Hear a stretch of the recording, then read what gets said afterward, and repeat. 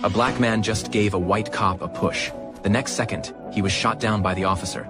The black man's wife confronted the cop, demanding to know why he fired. The officer was stunned too, because the victim was black. He didn't call for an ambulance right away. Instead, he forcibly handcuffed the man. Only after he felt the threat was over did he realize the black man was already dead. The incident quickly sparked outrage. The victim's family demanded justice for the killer.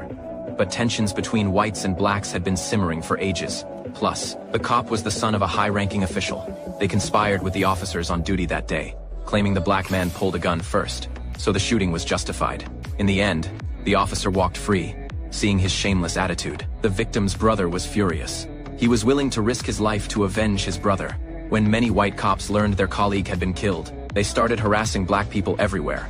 This only deepened the divide between both sides. That night, white officers targeted two black men again. Jake explained he was also a cop, but they didn't believe him. They even hurled insults at them. When Jake went to his car to get his ID, the white officer thought he was trying to flee. He quickly pulled the trigger, causing Jake to fall after being shot.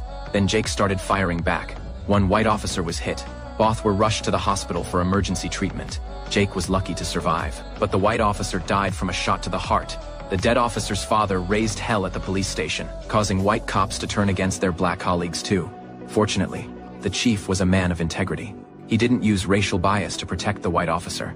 Instead, he insisted the matter needed proper investigation. The victim's father had no choice but to leave. Jake immediately underwent questioning. The investigator asked him what happened. Jake didn't hold back, telling the whole story, emphasizing it was self-defense.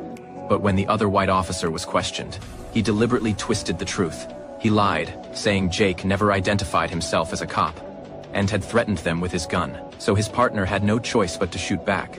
With their testimonies completely contradicting each other, the case hit a dead end. Hollis Brass demanded the chief find out the truth within 3 days. They dumped the pressure on the chief, whose wife happened to be black. She hoped her husband would be fair and not let an innocent man take the fall. One day Allen, who had given false testimony, accidentally let it slip. He admitted his partner had indeed fired first. His new partner reported this to the chief. That night, the chief confronted Allen. He cornered him at his door, demanding he tell the truth, but Allen refused to admit anything. Instead, he insulted the chief.